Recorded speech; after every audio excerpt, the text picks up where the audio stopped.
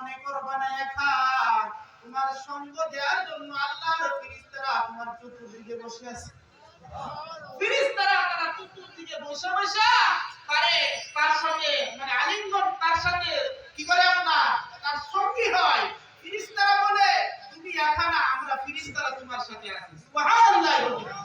শুধু কি তাই, হাদিসে পাকে আছে কেউ যদি মসজিদে হঠাৎ করে মুসল্লি না আসে তো ফেরেশতারা মুসল্লিদের খুঁজতে থাকে, আরে মুসল্লি হঠাৎ করে গেল কোথায়, যদি দেখে মুসল্লিটা মসজিদে নাই, ফেরেশতারা মুসল্লিকে খোঁজার জন্য মসজিদের ওযুখানায় যায়, মসজিদের চতুর্দিক দিয়ে খুঁজে যে পাওয়া যায় কিনা, যখন লেগে এখানে তাকে পাওয়া যাইতেছে না, হাদিসে পাকে নবীজি বলেন তখন মুসল্লির ব্যাপারে ফেরেশতা জানতে পারে মুসল্লি মসজিদে আসবে কেমনে, মুসল্লি তো অসুস্থ হয়ে হাসপাতালে মেডিকেলে ভর্তি আছে।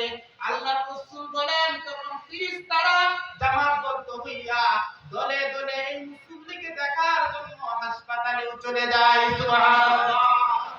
অথবা যদি মুসল্লি কোনো বেজারে পড়ে গেছে, কোনো কাজের ব্যস্ততার কারণে কোনো কঠিন পেরেশানির কারণে মসজিদে আসতে পারে নাই, যে কারণে আসলো না, কোনো বেজার কোনো ঝামেলার কারণে হাবিবে কিবরিয়া নবী বলেন তখন আল্লাহ সুবহানাহু ওয়া তাআলা ফেরেশতাদেরকে তার ঝামেলা থেকে হিফাজতের জন্য তাকে সাহায্য করার জন্য দলে দলে ফেরেশতা সে আল্লাহর বান্দার কাছে চলে যায়। সুবহানাল্লাহ। তাহলে মসজিদে যাওয়ার দরকার আছে না নাই? কারণ মসজিদে যে যাবে মান ফারাজা ইলাল মসজিদি যামিনুন আলাল্লাহ, আল্লাহর রাসূল বলেন যে মসজিদে যাওয়ার জন্য বাহির হইল, মসজিদে যাবে এই নিয়তে বাহির হইল, মসজিদে নিয়তে বাহির হওয়ার সাথে সাথে সে যামিনুন আলাল্লাহ আল্লাহর জিম্মায় চলে গেছে। এবার সে যদি বেঁচে থাকে তাহলে তার রিজিকের জিম্মাদার হবেন আল্লাহ, আর যদি সে মারা যায় তাহলে তার জান্নাতের জিম্মাদার হবেন আল্লাহ। সুবহানাল্লাহ। কয় নাম্বার গুণ গেছে? দুই নাম্বার। কয় নাম্বার গুণ? দুই নাম্বার। তিন নাম্বার ওমান খারাজা ফি সাবিলিল্লাহ ফাহুয়া যামিনুন আলাল্লাহ।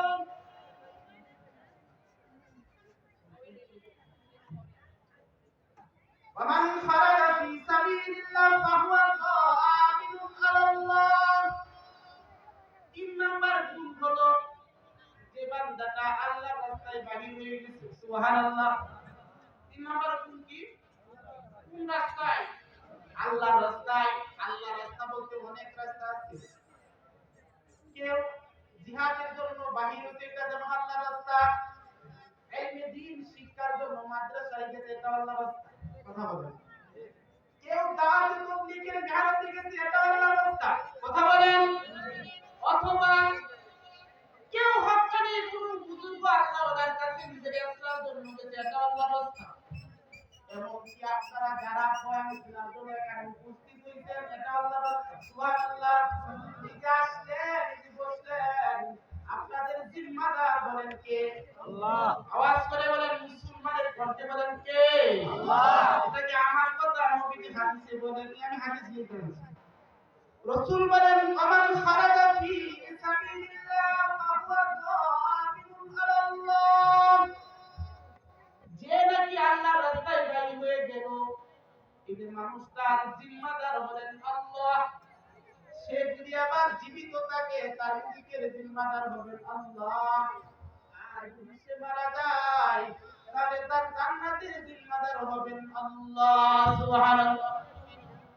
তাহলে এই যে তিনটা গুণ বললাম, বলেন তো তিনটা গুণ মনে হচ্ছে কত হয়েছে? তিনটা গুণ কি কি? এক নাম্বার কি? এক নাম্বার সালাম। সালাম। কোথায় গেলে সালাম? ঘরে যখন ঢুকবেন, বিবি আছে, মা আছে, বাবা আছে, ছেলে আছে, মেয়ে আছে, বোন আছে, জিতা সালাম দিবেন। দিলেন মানে যামিনুন আলাল্লাহ, আপনার জিম্মাদার হবে আল্লাহ। আপনি আল্লাহর জিম্মায় চলে যাবেন। এবার যদি বেঁচে থাকেন দুনিয়াতে আপনার রিজিকের জিম্মাদার হবেন আল্লাহ। আর যদি মরে যান মাতা, যদি মরে যান আদমান আল্লাহ জান্নাত, তাহলে আপনার জান্নাতের জিম্মাদার হবেন আল্লাহ। সুবহানাল্লাহ। দুই নাম্বার হলো মসজিদে বাইর হওয়া। ও ভাই,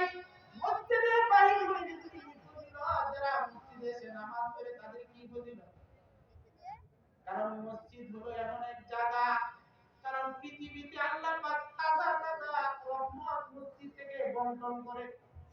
তাজা রহমত কেমনে?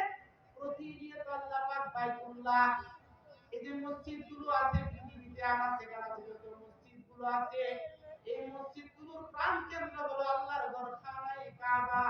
আর এগুলো হলো শাখা প্রশাখা। মনে করেন মূল হলো বাইতুল্লাহ। আল্লাহ প্রতি মুহূর্তে সেকেন্ডে মিনিটে এই বাইতুল্লাহতে আল্লাহ পাক তাজা তাজা রহমত নাযিল করে। ঠিক সেই যারা দিয়া অন্য শাখা মসজিদগুলোতে আসা যাওয়া করে, আল্লাহ পাক বলেন, বান্দা তোমার রিজিকের সমস্যা, তোমার দিনের সমস্যা, তোমার সন্তান কথা শুনে না সমস্যা, যত সমস্যা আছে সব সমস্যার সমাধান আমি মসজিদে তোমাকে দিব। কারণ এখানে যারা আসবে, আমার কদমে যারা পড়বে, আমার সাথে যারা মুলাকাত করবে, দৈনিককে আমার সাথে কথা বলবে, তার সকল কিছু জিম্মাদার হবেন স্বয়ং আল্লাহ সুবহানাহু। ভাই, নামাজ তো এমন এক ইবাদত, নামাজের নামাজ হলো ওয়াইসুল ইবাদত। ইবাদতের জগতে শ্রেষ্ঠ ইবাদতের নাম হলো নামাজ। কি?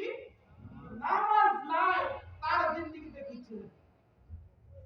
নামাজ নেই, সে মুসলমান আছে না না আছে সেটা নিজেকে প্রশ্ন করো। সাহাবায়ে কেরামের যুগে সাহাবীরা বলেন, আমরা তো আমাদের যুগে মুসলমান তাদেরকে মনে করতাম যারা নামাজ পড়ে, আর যারা পড়তো না তাদেরকে বেঈমান কাফের মনে করতাম। তাহলে নামাজ এটা হলো ঈমানের চিহ্ন, নিদর্শন। এই নামাজ কিন্তু সবাই করতে পারে না। নামাজ রাইসুল ইবাদত, যত ইবাদত আছে সব ইবাদতের মডেল আল্লাহ পাক নামাজের ভিতরে ঢুকায় দিয়েছে। সুবহানাল্লাহ। মনে করেন জিকির, রোজা, তাসবিহ, তাহলিল। আমি যখন নামাজ পড়ি তখন কি খাওয়া দাওয়া করি নাকি? তখন তো রোজার মতো। এবং তাসবিহ তাহলিল নামাজের ভিতরে আছে না নাই? সুবহান দিয়ে শুরু করি। সুবহানাল্লাহ, সুবহানাকাল্লাহুম্মা বিহামদিকা। প্রথমে মালিকের সুবহান বলতেছি। সুবহান মানে পবিত্র হলেন আল্লাহ। পবিত্র কে? আল্লাহ। আচ্ছা বলেন তো, আমি আপনি আল্লাহরে পবিত্র বললে আল্লাহ পবিত্র না আগে থেকেই পবিত্র? কথা বলেন। তাহলে আমার আপনার আল্লাহকে পবিত্র বললে ফজিলত কি, লাভ কি? আল্লাহ পাকের কোনো লাভ নাই। আমরা যখন সুবহানাল্লাহ পড়ি, লাভ হলো আমার নিজে। কারণ আমি যে জবান দিয়ে সুবহানাল্লাহ পড়তেছি, আমার এই জবানে মিথ্যার গুনাহ আছে, চুগলখড়ির গুনাহ আছে, গীবতের গুনাহ আছে, হারামের খাওয়ার বকনের গুনাহ আছে না নাই? আমার জবান তো নাপাক, কিন্তু আল্লাহ পাক যখন আল্লাহর সিফতি নাম সুবহান যখন জবানে প্রকাশ করি বলি, আল্লাহ তাআলা আমার নাপাক জবানটাকে তখন পাক বানিয়ে দেয়। সুবহানাল্লাহ। এজন্য সুবহানাল্লাহ কামলাউল মিজান। হাদিসে পাকে আছে সুবহানাল্লাহ যখন কেউ করে, আল্লাহ পাক মিজানের পাল্লা পূর্ণ করে তখন নেকি দান করে দেয়। সুবহানাল্লাহ।